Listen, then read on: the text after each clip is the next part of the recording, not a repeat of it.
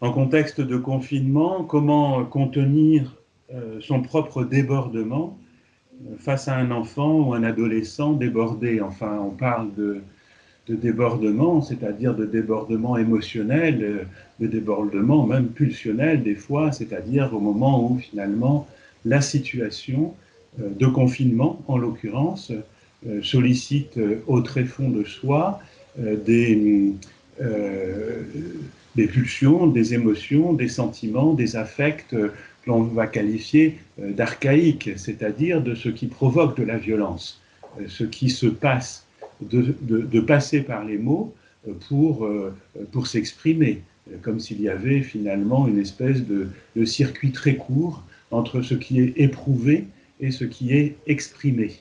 Alors ce circuit court expose d'ailleurs les adolescents, les enfants et les adolescents, tout autant que les professionnels, exposent les uns et les autres à un court-circuit. Quand les adolescents disent « je pète les plombs », si ça continue, je vais péter les plombs, c'est leur expression. D'ailleurs, s'ils le disent, c'est déjà bon signe. Ça veut dire que peut-être ils ne vont pas le faire. En général, ils le font, ils le disent après, j'ai pété les plombs. Eh bien, il y a bien cette image de quelque chose qui disjoncte, c'est-à-dire un court-circuit dans le système de représentation, c'est-à-dire de ce qui fait qu'habituellement, entre la force pulsionnelle, l'émotion, enfin ce qui est ressenti au plus profond de soi-même, et l'expression de ça, il y a tout un tas d'étapes qu'on appelle ordinairement processus de symbolisation. Ça veut dire quoi? Ça veut dire qu'il s'agit de mettre ce que l'on éprouve en mots, ou en dessin ou en jeu pour les enfants. C'est-à-dire qu'il y ait un délai, en quelque sorte, un processus de transformation de l'émotion en expression symbolique. C'est ce qui ne se passe pas avec certains enfants, avec certains adolescents qui sont aux prises directes avec d'eux-mêmes et qui va venir s'exprimer de cette manière-là très violente et en général en attaquant en quelque sorte la personne qui s'occupe d'eux.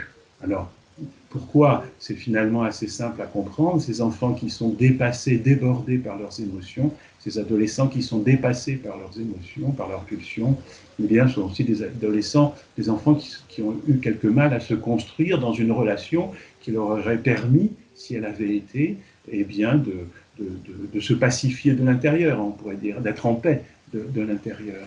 De sorte que toute relation nouée avec d'autres adultes, l'assistant familial, le travailleur social, l'éducateur, va venir réveiller ces accros dans les processus d'attachement et de séparation qui sont venus abîmer le début de la vie relationnelle et donc la naissance de la personne, de la personnalité.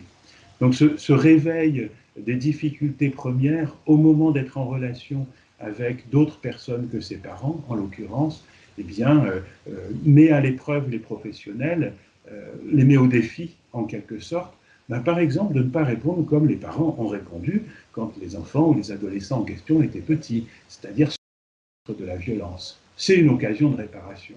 Avant que ça soit une occasion de réparation, eh bien sûr, c'est aussi un travail pour les professionnels de faire avec ce que ça suscite en eux, de ce que ça réveille en eux, de leurs propres attachements premiers, en quelque sorte, et de leurs propres émotions, de leur propre désarroi intérieur, parce que les adolescents particulièrement et les enfants en général vont venir toucher là où ça fait mal, en attaquant, en agressant, l'insulte, le coup, l'agitation anxieuse, etc.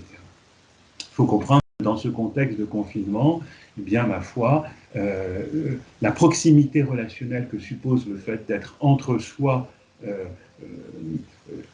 à la maison, dans la famille ou à l'internat ou que sais-je encore, enfin, cet entre-soi-là crée des situations de relations obligées, c'est-à-dire de proximité, presque de promiscuité. De sorte que pour certains enfants, pour certains adolescents qui sont comme des écorchés vifs, ils sont touchés en permanence à la surface d'une peau abîmée, d'un être fracassé de l'intérieur, et toutes les occasions de contact relationnel sont aussi des occasions de disjoncter en quelque sorte, de ne pas supporter. de ne pas supporter cette proximité, de ne pas supporter d'avoir à faire tant de temps à la même personne.